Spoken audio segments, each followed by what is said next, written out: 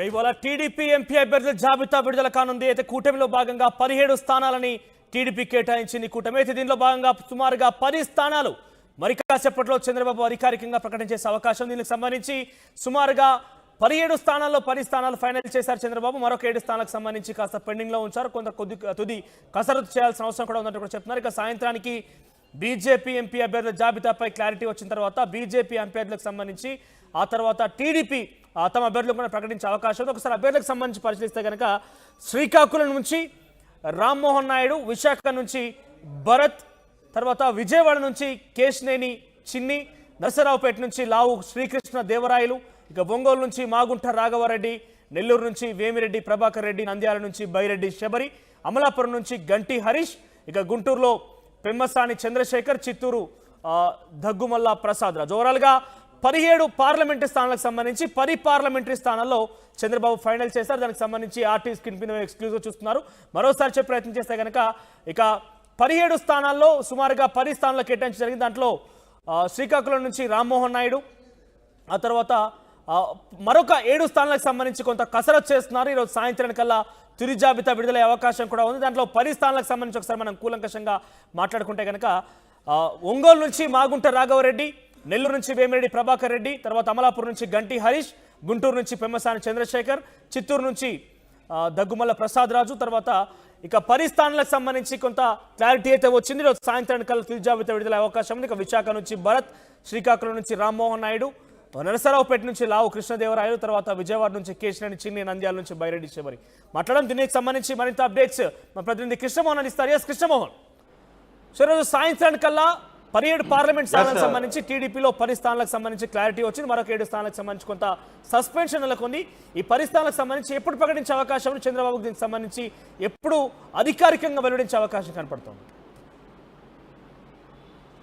Yes Manoj, ఇప్పటి వరకు కూటమి నుంచి ఎంపీల అభ్యర్థి వ్యవహారంలో ఇప్పటి వరకు అభ్యర్థులు ఎక్కడ కూడా ప్రకటించలేదు. తెలుగుదేశం కావచ్చు, జనసేన కావచ్చు, అదేవిధంగా బీజేపీ కావచ్చు, వీళ్ళందరూ కూడా ఎంపీల 25 స్థానాలకు సంబంధించిన వ్యవహారంలో నంబర్ అయితే పొత్తు చేసుకున్నారు. కానీ అభ్యర్థులు ఏ స్థానాల నుంచి ఎవరు పోటీ చేయాలనే మీద చాలా వరకు కసరత్తు అయితే జరిగింది. దాదాపుగా ఈరోజు సాయంత్రానికల్లా బీజేపీ అనుకున్న లిస్టు ప్రకారం తన ఎంపీల స్థానాలని అభ్యర్థులను ప్రకటించే అవకాశం చాలా వరకు ఒక క్లారిటీ వచ్చింది. దీంతో అంటే చంద్రబాబు నిన్న సాయంత్రం నుంచి నిన్న మధ్యాహ్నం ఇక్కడి నుంచి వెళ్ళి హైదరాబాద్లో కూర్చున్నప్పటికీ కూడా హైదరాబాద్లో బీజేపీ నేతలతో అందరితో కూడా కొంత చర్చలు జరిగాయి దీనికి సంబంధించి. అలాగే జనసేన సంబంధించి కూడా వ్యవహారాలు కూడా జనసేనకి 2 స్థానాలే కాబట్టి మిగిలిన స్థానాలకు సంబంధించి కొంత చర్చ అవుతుంది. జనసేన వ్యవహారంలో క్లారిటీ ఉంది.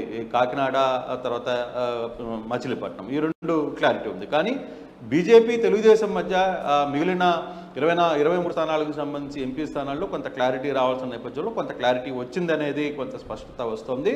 బీజేపీతో కూడా కొన్ని ఎక్కడెక్కడ సీట్లు బీజేపీకి ఇవ్వాలనేది మీద క్లారిటీ ఈరోజు సాయంత్రం కల్లా క్లియర్ అయ్యే నేపథ్యంలో తెలుగుదేశం నుంచి ప్రకటించాల్సి వచ్చిన 17 మంది ఎంపీలకు సంబంధించిన దాంట్లో దాదాపుగా 10 స్థానాలు కూడా క్లారిటీ వచ్చేసిన పరిస్థితి చాలా స్పష్టంగా ఉంది.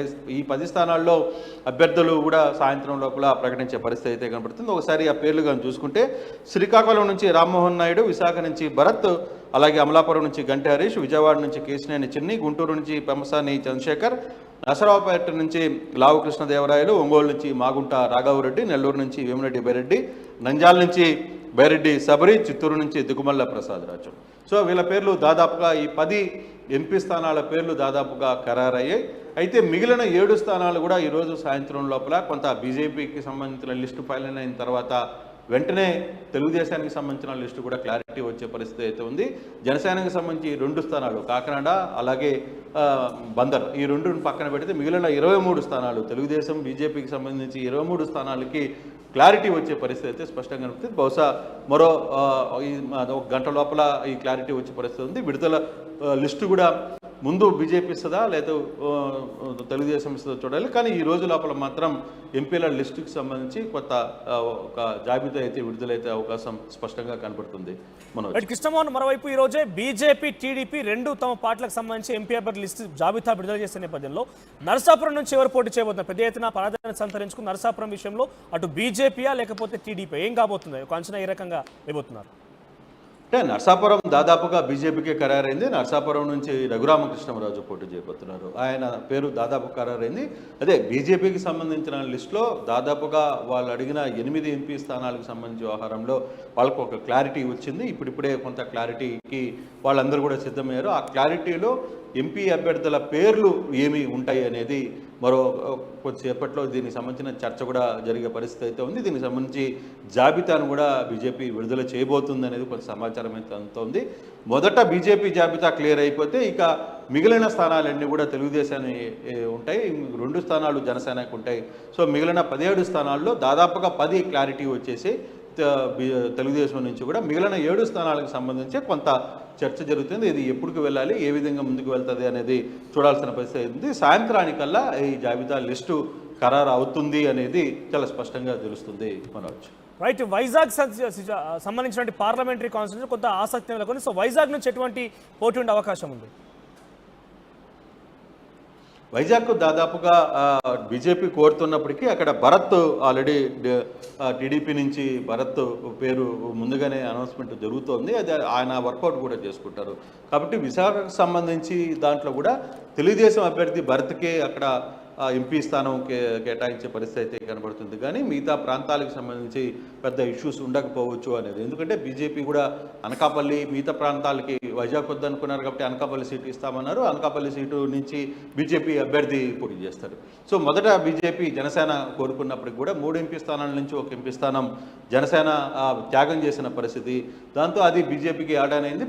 అనకాపల్లి నుంచి బహుశా సీఎం రమేష్ అక్కడ పోటీ చేసే పరిస్థితులు అయితే ఉన్నాయి, చూడాలి. అందుకే ఆ అభ్యర్థి గురించి వైసీపీ క్యాండిడేట్ కూడా ఇంకా ప్రకటించలేదు. ఒక అనకాపల్లి ఎంపీని తప్పితే మిగతా 24 మంది ఎంపీల పేర్లు ఆల్రెడీ ప్రకటించారు. దాంట్లో ఒక్క అనకాపల్లికి మాత్రమే ఎంపీ ప్రకటించలేదు, చూడాలి. అంటే ఈక్వేషన్స్ ఈరోజు బీజేపీ లిస్టు దాదాపుగా ఖరారై బయటకు వస్తే మాత్రం మిగతా లిస్ట్ అంతా క్లారిటీ వచ్చే పరిస్థితి అయితే ఉంది. మిగతా 17 ప్లస్ ఈ 2 కూడా క్లారిటీ వచ్చే పరిస్థితి అయితే ఉంది జనసేనకు సంబంధించి. సో ఏదేమైనా కూటమికి సంబంధించి ఎంపీల పరిధిలో ఈరోజు సాయంత్రం లోపల ఒక పూర్తి స్థాయి క్లారిటీకి వచ్చే పరిస్థితి కనబడుతుంది. Ramdas right right thank you Suman, thank you for the updates. ఓవరాల్గా ఏపీ రాజకీయాలకు సంబంధించి సుమారుగా 17 పార్లమెంటరీ నియోజకవర్గాలు ఉన్నటువంటి టీడీపీ పార్టీకి సంబంధించి కూటమిలో భాగంగా వాళ్ళు 10 సీట్లకు సంబంధించి కొంత అభ్యర్థులకు సంబంధించి వాళ్ళు కొంత క్లారిటీకి వచ్చినట్టు తెలుస్తోంది. 10 మంది లిస్ట్ ఖరారు చేసినట్టుగా తెలుస్తోంది.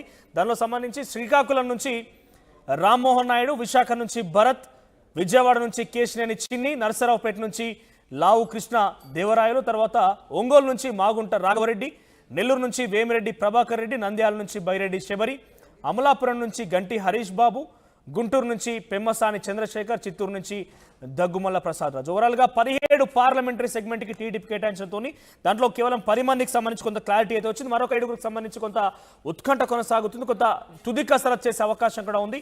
అయితే ఈరోజు సాయంత్రానికల్లా బీజేపీ టీడీపీలు 2 కూడా తమ పార్టీలకు సంబంధించినటువంటి పార్లమెంట్ అభ్యర్థుల యొక్క జాబితా విడుదల చేసే అవకాశం ఉంది. సో ప్రత్యేకంగా నరసరావుపురం సంబంధించి కావచ్చు, వైజాగ్ సంబంధించి కొంత ఉత్కంఠ రేపుతున్న నేపథ్యంలో ఎవరి అభ్యర్థి పేరు ఖరారుకే అవకాశంలో మాత్రం చూడాల్సిన అవసరం అవుతుంది. పైగా ఇటు మరొక 7 అభ్యర్థులకు సంబంధించి కొంత కసరత్తు కూడా నడుస్తోంది. చూద్దాం మరి టీడీపీకి సంబంధించి అభ్యర్థుల ప్రకటన ఎటువంటి ఆసక్తి నెలకొన్న నేపథ్యంలో ఎటువంటి కీలక ప్రకటన రాబోతుంది, బీజేపీ నుంచి కూడా అభ్యర్థులు ఎవరు ఉండబోతున్న ఒక అంశం కూడా పెద్ద ఎత్తున చర్చనీయాంశం అవుతుంది.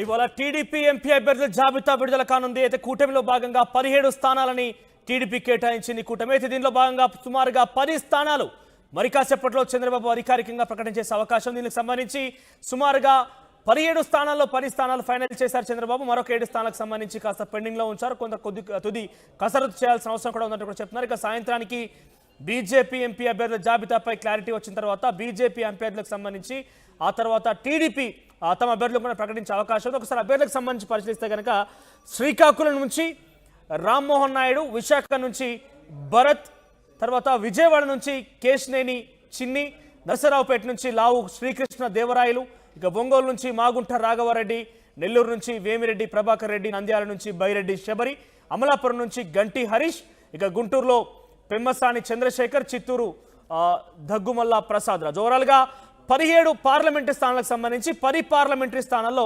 చంద్రబాబు ఫైనల్ చేశారు. దానికి సంబంధించి ఆర్టీ స్క్రీన్ పైన ఎక్స్క్లూజివ్ చూస్తున్నారు. మరోసారి చెప్పే ప్రయత్నం చేస్తే కనుక ఇక 17 స్థానాల్లో సుమారుగా 10 స్థానాలు కేటాయించడం జరిగింది. దాంట్లో శ్రీకాకుళం నుంచి రామ్మోహన్ నాయుడు, ఆ తర్వాత మరొక 7 స్థానాలకు సంబంధించి కొంత కసరత్తు చేస్తున్నారు. ఈరోజు సాయంత్రం కల్లా తుది జాబితా విడుదలయ్యే అవకాశం కూడా ఉంది. దాంట్లో